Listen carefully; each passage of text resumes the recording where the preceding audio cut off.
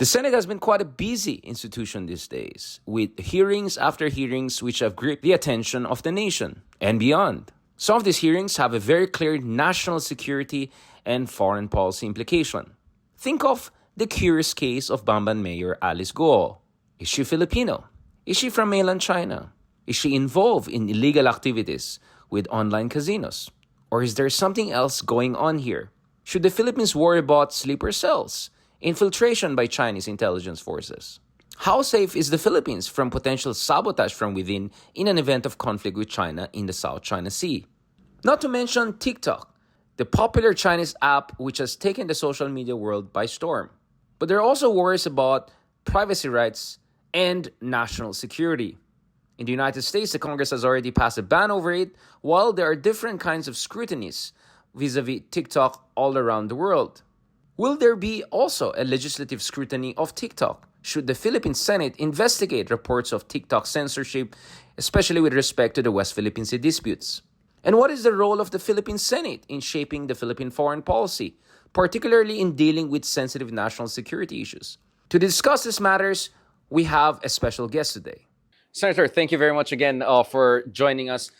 Marami tayong pag-usapan. Of course, West Philippine Sea, ang dami nangyari dyan. And you have been very vocal about your strong stance on the West Philippine Sea issue. Even yung issue ng TikTok, kailangan ba pag-aralan natin ito? I-scrutinize natin ano bang algorithm na ginagamit? Ano yung layers ng influence na in-exercise ng China? Marami tayong pag-usapan. Pero balikan muna natin yung mga key priorities, legislative priorities nyo. Kasi sa pagkaalam natin, isa kayo sa mga masipag, mas masipag sa Senado, right? It's a very diverse Senate. I heard a lot of things. You know, some people are saying, oh, the Senate is like a circus. Now the Senate is one of the worst. But we also know there are a couple of people, I think, Magnificent Seven at least, people are quite very active on a number of issues. Now, during elections, we had a conversation on different platform on some of your legislative priorities. Yes. Pag-usapan muna natin yung universal healthcare because you were one of the champions of that when it was still, you know, in the infancy period. Yes. Nasaan po tayo sa usapin universal healthcare ngayon? Actually, it's in the 4th year of its implementation. No? I was the one who defended, and I'm an author and the one who really sponsored its passage. It's a landmark legislation, but no doubt, Prof, it's really an ambitious measure.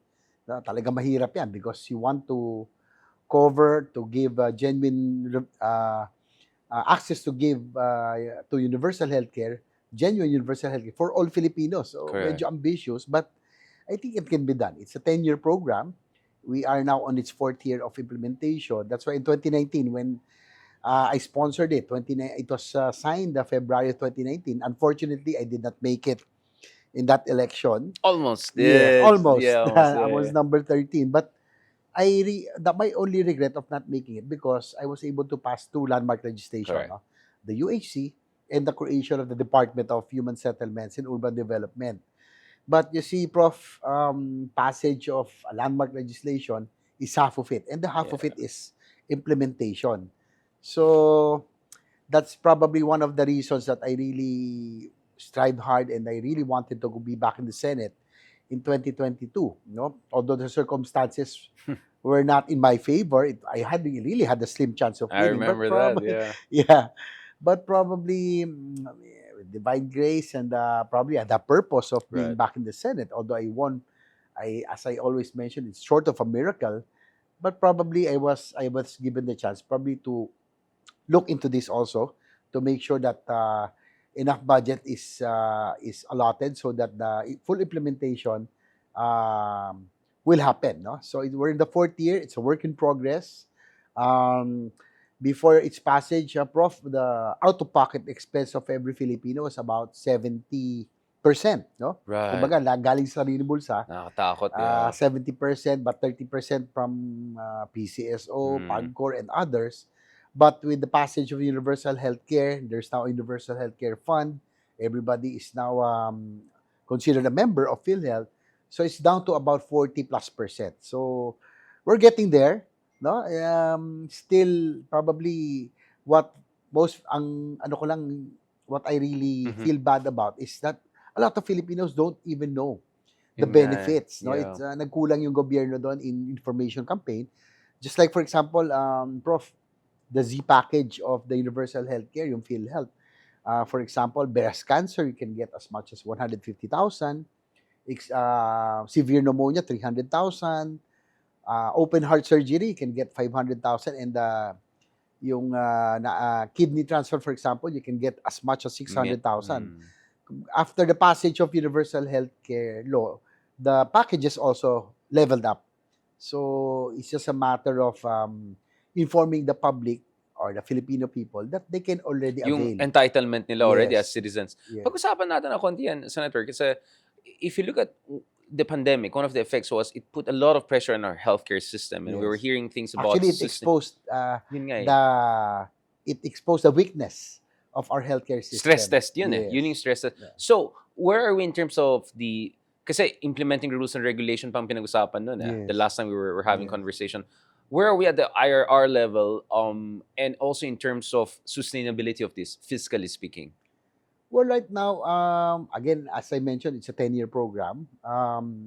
We're still in with the process of improving the healthcare facilities as part of UHC. Correct. But Prof, I think if you go around right now, nag-level up na rin, no, the health facilities, no.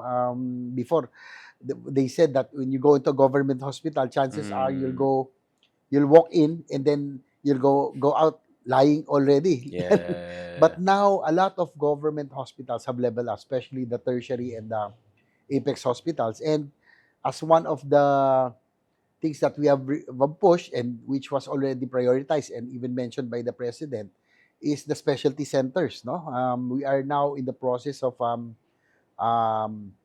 building, and the others are already operational, of having a heart, lung, kidney, and cancer center in strategic areas in the country.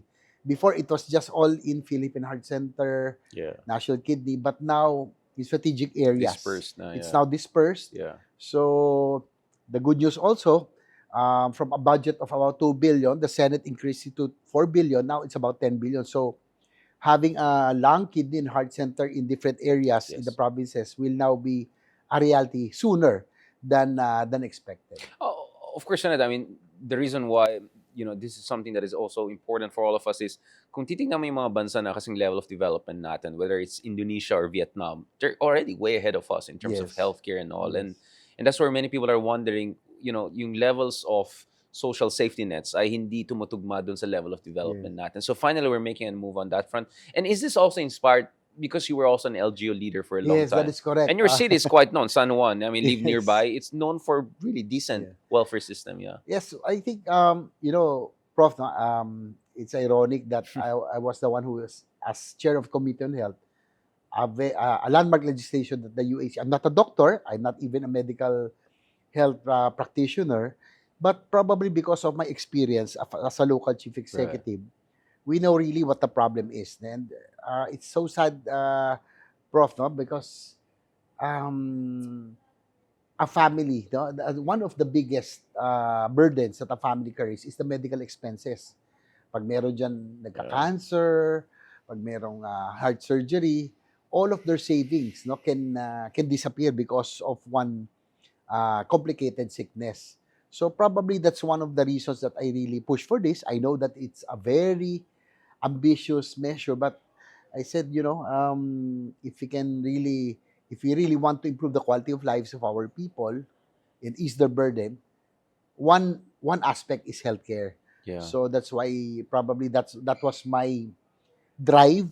I saw how difficult it was for families who struggled because of one member having cancer or dialysis, who's in dialysis. So that's probably one of the reasons that I really push for this universal health. And you can also unlock entrepreneurship and all other things, because if people are no longer worried about emergency funds, they can now think about other things, investing in their education further, investing in entrepreneurship. That's correct. They can now enjoy the fruits of what they have strived for through the years.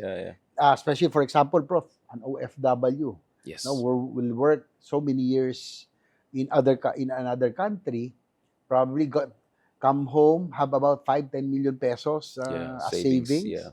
But if he gets sick or one member of his family gets sick, that 5 million Yeah. can just disappear. Or yung worry about that. Yes, you worry when you Yeah, are yeah, out yeah, there. yeah. You worry about your families. Yeah. So hopefully, when we really have the full implementation of the UAC, hopefully in less than 10 years, I hope that it can help alleviate or at least give access to genuine healthcare for all Filipinos without the financial burden. Senator, can you tell us? So, we're looking at a 10-year implementation phase. So, what are the phases here?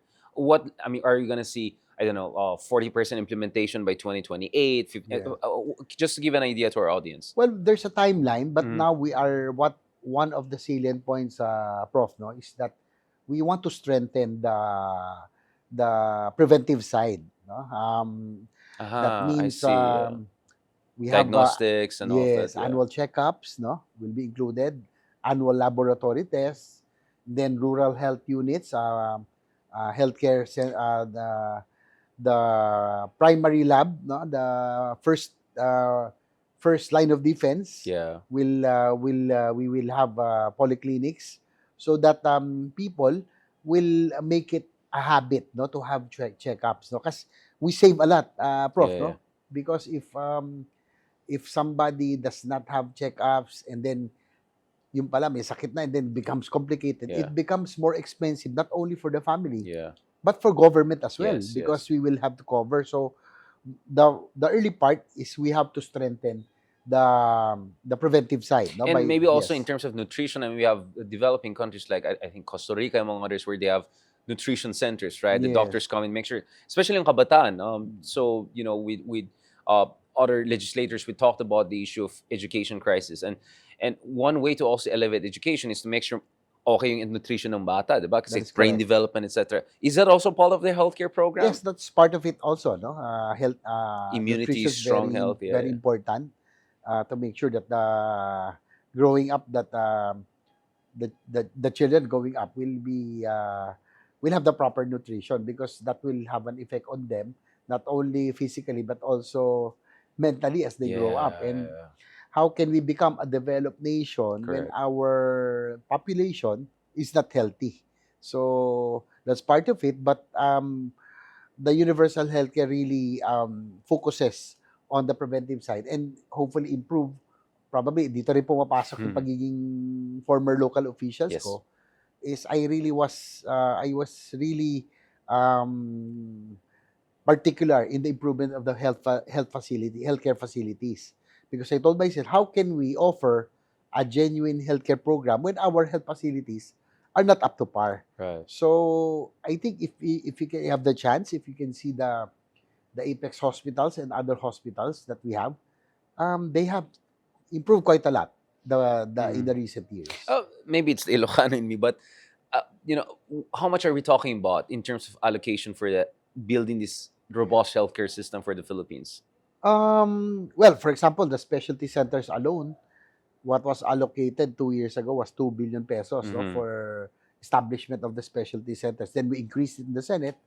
We almost double it to 4 4 billion. Now billion. it's about 10 billion already. Right. So the good news is that, for example, Southern Philippines Medical Center in Davao, no, that which will cover the whole I've of seen Southern that. Yeah, Mindanao, yeah. it already has a cancer center, a heart center. Children's. Yes, yeah, Yes, yeah. and they are already in Northern Mindanao, in Cagayan de Oro, they are now able to perform open heart surgeries at this early stage, no? Even Visota Medical Center in Cebu for Central Visayas, and then now upcoming is Western Visayas Medical Center for Panay in Negros. There will be lung, kidney, and heart center as well. Mm. So we're already, kumbaga, na-advance tayo in the specialty centers, but we are also improving on the other secondary, provincial, tertiary, and other health facilities Oh, as so we go hindi along. na natin kailangan ng federalism. But we'll talk about the Chacha and PI a bit later on. The other thing that, of course, has been keeping you busy and napakamahalaga yan sa mga voters nowadays is infrastructure. I mean, Yes. one way for you to leave a legacy, we know it, building infrastructure. One way for people to feel there's a future for the country where they see infrastructure is improving. One reason why maraming galit sa mga voters natin over the past decade is the traffic, the Yeah. congestion, seeing our airports, fourth ward level, right? Isa lang escalator, di pa gumagana, ilang buwan na. Where are we on the infrastructure front, Senator?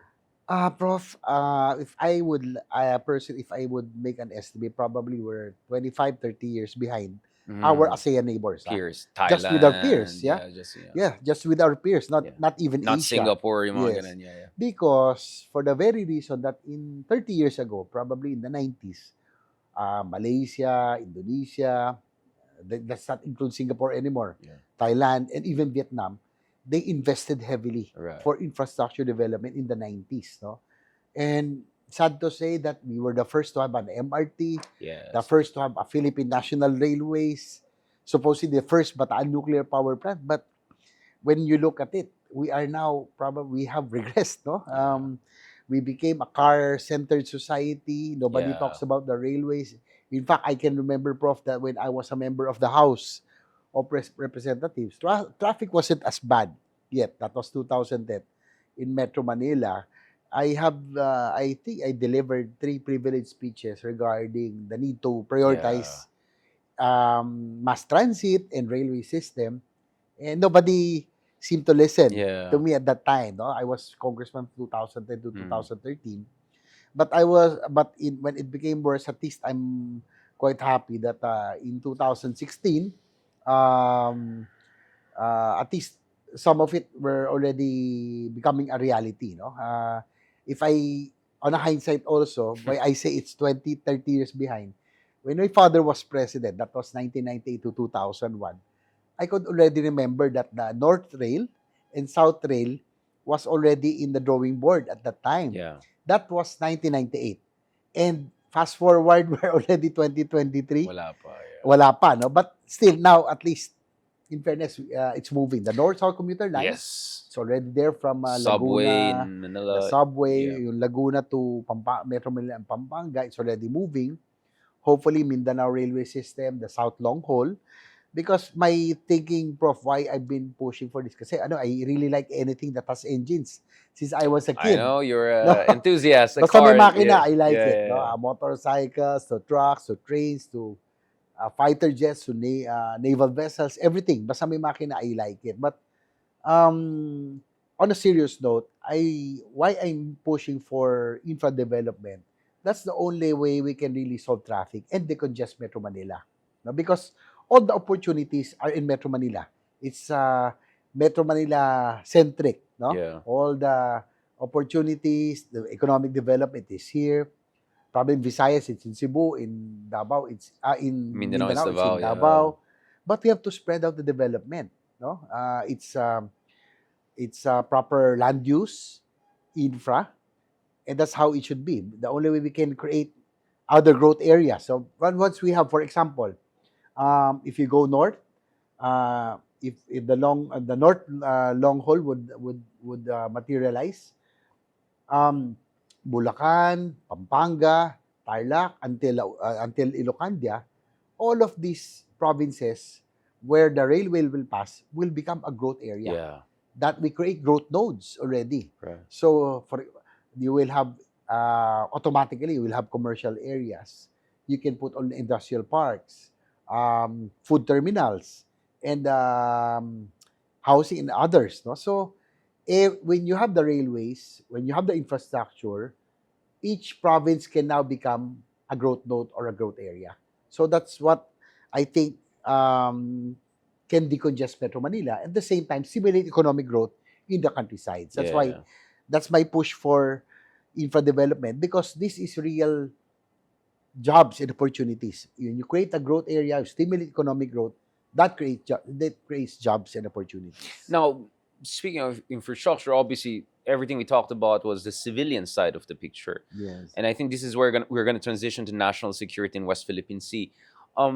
One reason I mean, you said we're 20, 25 years behind our peers on civilian infrastructure. Yes. Maybe on defense front, we are more than a generation behind, right? I Probably, mean, yes. we have no submarines. Yes. There have been some development thanks to Yeah. both Aquino and Duterte administration, the Yeah. supposedly Free Horizon. But the reality is that we're still way behind the curve. Yeah. Pag-usapan pa natin ng China later on, but just on our own terms, we're kicking well below our weight. Yes. You know, one issue I hear is the procurement laws. One Mm. issue I hear is wala tayong military industrial kind of foundation to maintain high-end weapon systems. You said you like anything with engines, so let's talk about fighter jets, warships, Yes. mga ganun. How is on the defense front? Because this is something that makes the Senate unique compared to the other house, right? Because matters of treaty and national security also fall under your lap. Can you tell us a little bit your understanding of that side, defense side? Well, you're correct also, Prof. No, I think also on the defense front, we are also lagging behind our neighbors because sad to say that the AFP modernization is always affected. No, it's very dependent, of course, on the allotted budget, the allocation. But unfortunately, from what I have observed, no, being in the Senate, being vice chair of the Committee on Finance as well, I'm part of uh, the Senate that looks at the budget. No, just to give you an example, the Department of Budget prepares the national budget, the National Expenditure Program, forwards it to the House for budget deliberations. Right. So they will deliberate, and then becomes HGAB, no, forwarded to the Senate. And from what I noticed, for example, AFP modernization, like for example, 10 billion is allotted from the NEP to the House. When it reaches the Senate, it's just 5 billion pesos. No? Yeah. So, ang laki ng kaltas. Yeah, malaking kaltas. Well, probably they have their own reasons. I was a member of the House, and uh, it's a different perspective and character. You know, as a congressman, then I was only concerned of what I can bring home to my district Constituencies. Yeah. constituencies. No, Yeah. so probably that really affected the AFP modernization from Horizon 1 and 2 alone. Delayed already Medyo by so many ipit-ipit. years, because the modernization budget is slashed into half. So we were supposed to be on Horizon 3 at this time. That's on external defense already. So because of the precarious and the sensitive situation down in the West Philippine Sea, when I got back in the Senate, in fairness to Senate President Mig Subiri, under his leadership, he was very, very supportive of the AFP modernization Right. and Coast Guard modernization, because we really need to have new vessels build on our external defense because of China's aggression in the West Philippine Sea. But don't get me wrong, Prof. We are not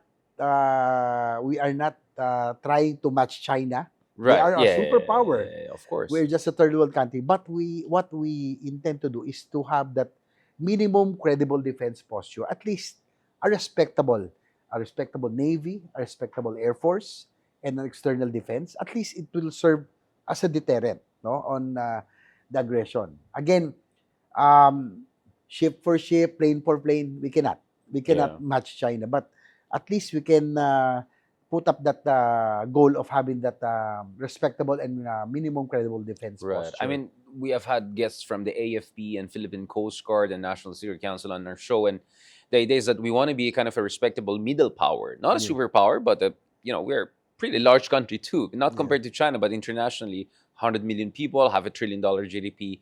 So we have to have a kind of a credible defense. I think now they even removed the word minimum. That we want to have a credible defense That is capability. On the West Philippine Sea issue, it is one thing for us to develop this kind of a credible defense externally oriented. Yes. But both you and I know that the other problem we have is there are proxies inside the Philippines. There are vectors of disinformation. There are people who are really mouthpieces of a hostile foreign power. They try to tag everyone as being American stooge, but actually it's pro-war, exactly, pro-US, proxy war and all of that. But actually what they're trying to do, they're trying to distract us That is correct. from the reality of what's happening on the ground. Senator, what is your understanding of these China disinformation campaign and their process here? You have been a target of some of these people that we suspect to be not, I think the Soviets had the terms useful idiots, meaning they just believe in that and they'll do it for free. Our suspicion is maybe something else is going on here. Tell me a little bit about your experience and your understanding and what we should do about it. Well, that is correct. I've been also a subject. I know you and me are both victims of this China. I think they're funded by China, no? Because if you're a Filipino, I think I would say that at least 90% of Filipinos would not be in favor of what China is doing Yeah. by trying to bully us and trying to annex our territory. And it's really sad, no? Because Prof, in instances like this, we have to rally behind our flag. We have Of to be course. as one Yeah, nation. of course. If an external force is trying to bully us, dapat nagkakaisa tayo dito. And to my surprise, that there are certain influencers or who have been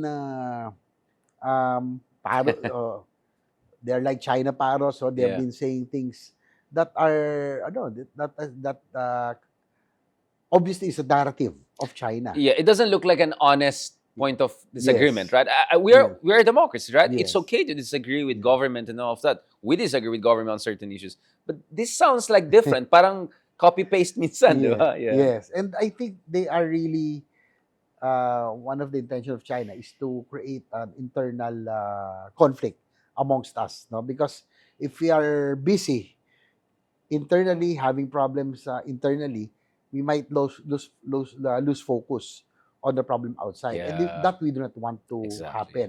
That's why on our end, sinasabi lang, ano ginagawa mo, panay salita ka lang, suot lang ng t-shirt, but on our end, Prof, as I mentioned earlier, Well, I think they were about not the targeting budget. you. I mean, I think I know that I did that too, but Yes, we were not talking about you. Just to be clear, Senator. them. Yeah, yeah, yeah, not you. No, Yeah, but on our end, on our small contribution, no, in the Senate, every budget hearing, I earlier discussed with you that right.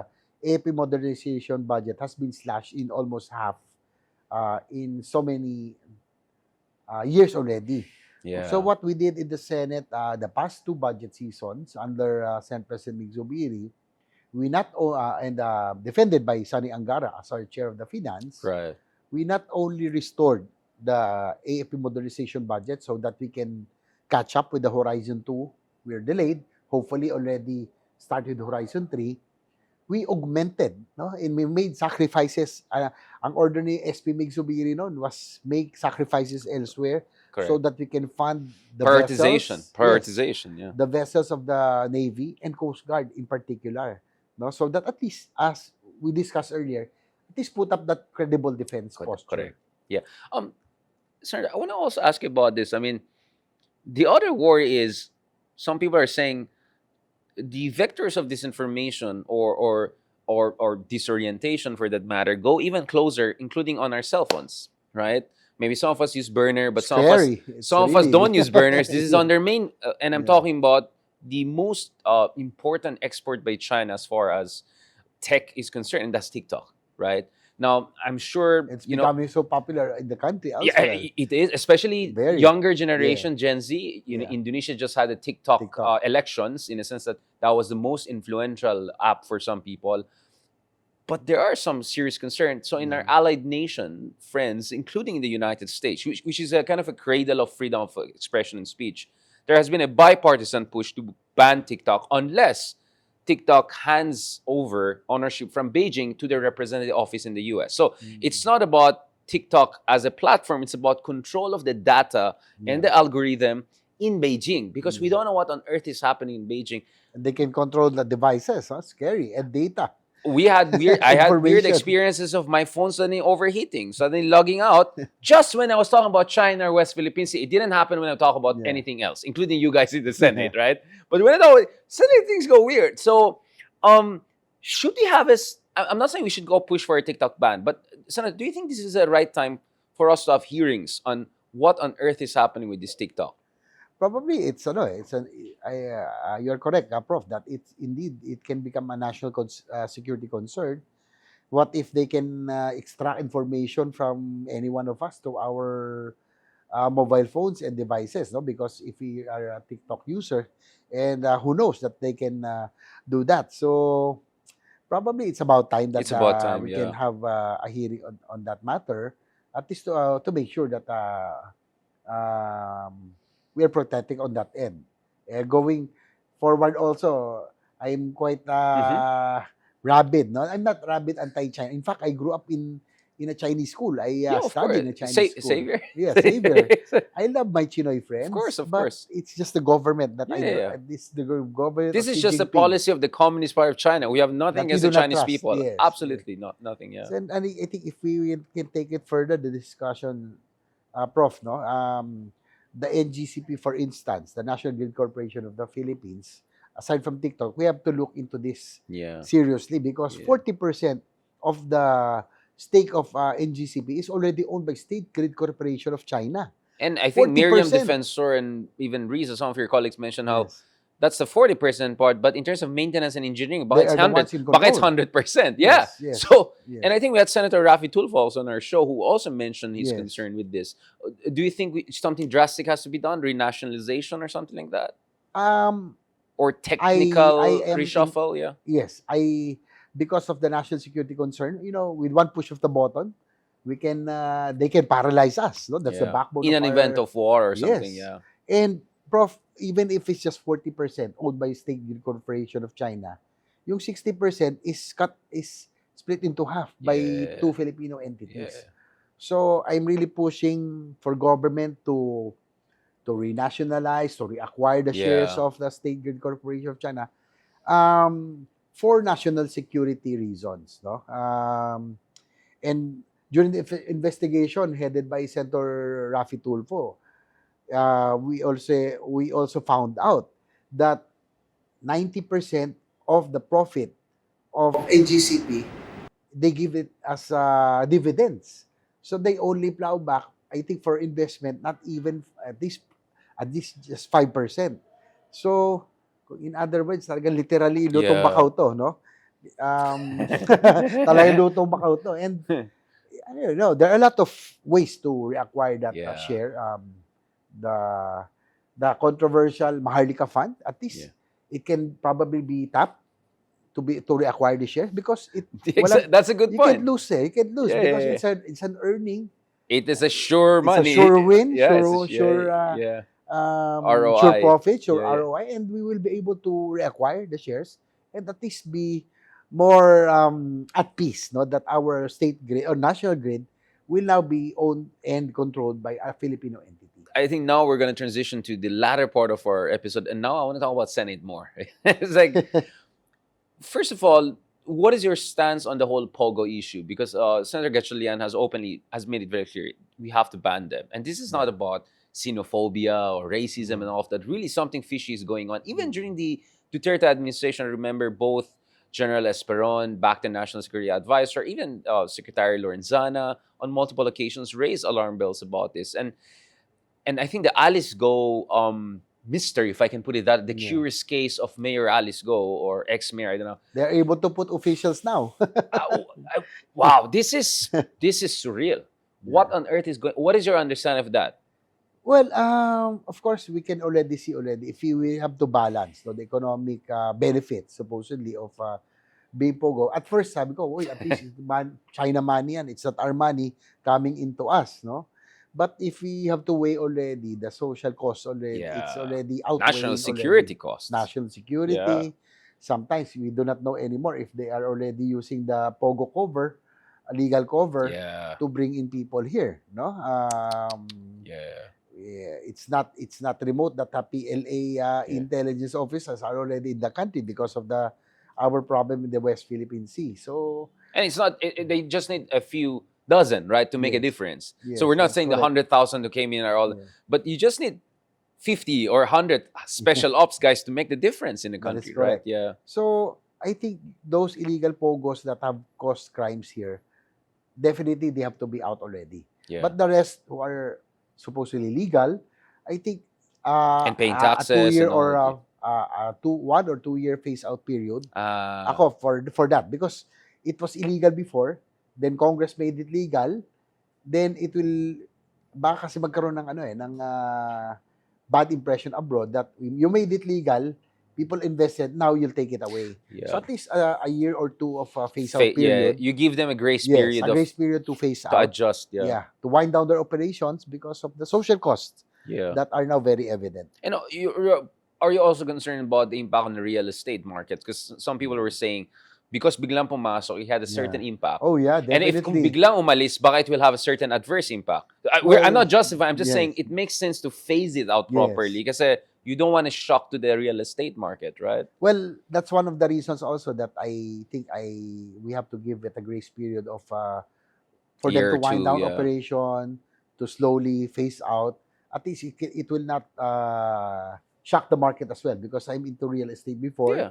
and I'm chairman of committee on housing. That's my worry that it might collapse. No, so at least if you have a 1 2 year phase out, at least we can prepare.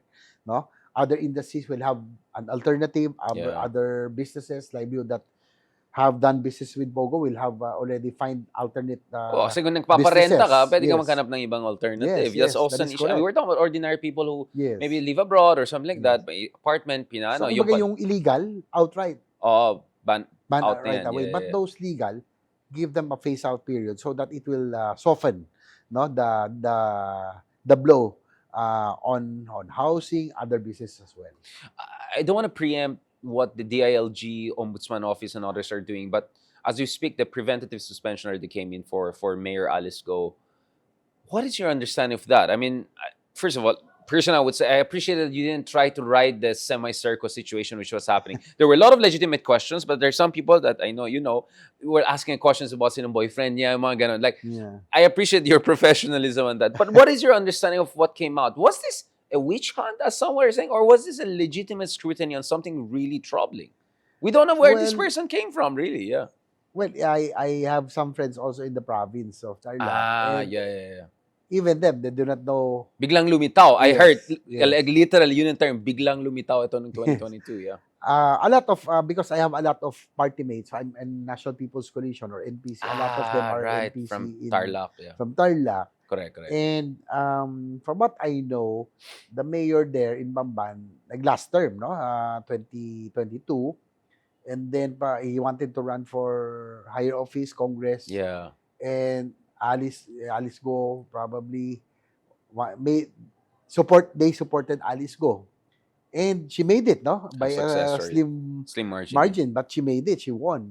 But I think their group financed the campaign of their local group. So mukhang doon nanggaling yon because I think the provincial government doesn't know who she is. She was not with the NPC at the time, but when she became mayor, she went to the NPC already. But at that time, she was not with the party that was dominant in the province. So Is there nothing nobody aligns? knows her Yeah. really in the Yeah, because province. Senator Gatchalian, as a patriotic Chinoy and as someone from Valenzuela, he knows stuff. So when she Yeah. was claiming that they were in this building in he said, kilala ko yan, ano ko yan? Like, so talaga nabuking, di ba? So you disagree that this is a witch hunt, that they were just trying to, oppress a Chinoy and Well, I'm hoping that she was made to run by only for business purposes, no? yeah, But it will nothing be a more bad nefarious. precedent that Yeah. if they are able to penetrate so-called influencers here to parrot China narratives, what prevents them from supporting officials? Ito nga, si Alice Go, already an example that Yeah. she was able to win. I'm hoping talaga for Pogo business only. But what in the future? What if it's for the interests of Yeah. China?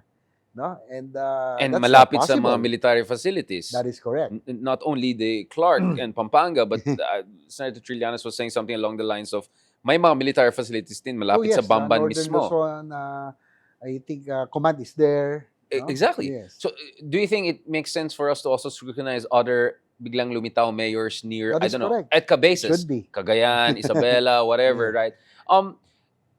Senator, let's talk about, lastly, the drama in the Senate. What really triggered the change in the Senate leadership, right? I mean, you're quite transparent about where you Yeah. stand on as far as history is concerned, all of that. One version was, obviously, I'm being half sarcastic about this because yung isa, masakit daw yung paa, pinilit na. Is it a foot gate? Gate ang nangyari siya? What went on? Well, I think that will be a very flimsy reason for us to kick out our Senate President. Yeah. No? Dahil sa isang paa, nasipa kami. No? Yung Foot gate nga liderato. sabi ko, di ba? But I think it stemmed or started with with the conflict with the House, no, because the Senate, the The House, PI. with the Yeah. doesn't agree with the PI and the charter change issue. Well, we are open for charter change, but we feel that the this PI is not a legitimate PI. Yeah. No, so from January onwards up to this time, the House, some House members have been attacking the Senate, no? So ano hindi natapos no? But of course, it continued on. It, there I mean, were how coup bad attempts was it? already. I mean, when you say it's not a genuine PI, what do you mean? That there are ulterior motives here to change the constitution so that certain people can perpetuate themselves, even at the higher level of governance? Well, what I'm saying that it's not a general PI because there were no you can hardly hear of any briefings, no, or orientation on what people's Yeah. initiative Walang is. public Walang clamor. public clamor. Yeah. And then with the use of ayudas, tupad, Ah, I think it's aided with that. So sweeteners. Yeah. that already tarnishes, no, the so-called PI. So fast forward as much as possible. I don't want to talk about it anymore I can see because I that, don't. but yeah, I'm part of the leadership. No, I was yes, deputy majority right. leader, and I don't want to cry over spilled milk anymore. But I would say, Prof, that there was no compelling reason really for a change in leadership. Mainly because Senate President Mig Subiri, in fairness to him, really fought for the institution, fought and protected the Senate as an institution. Um, he allowed the senators as well to do their own thing, Yeah. the prerogative on how they would conduct their But some would say that hearings, was the chairmanship. problem. That I mean, let's call it for the whole PDEA leak hearings got kind of out of control, and Mm. I think Zubiri himself, Senator Zubiri, implied that some people were not happy with the direction of that hearing and everything like that, which we all know why.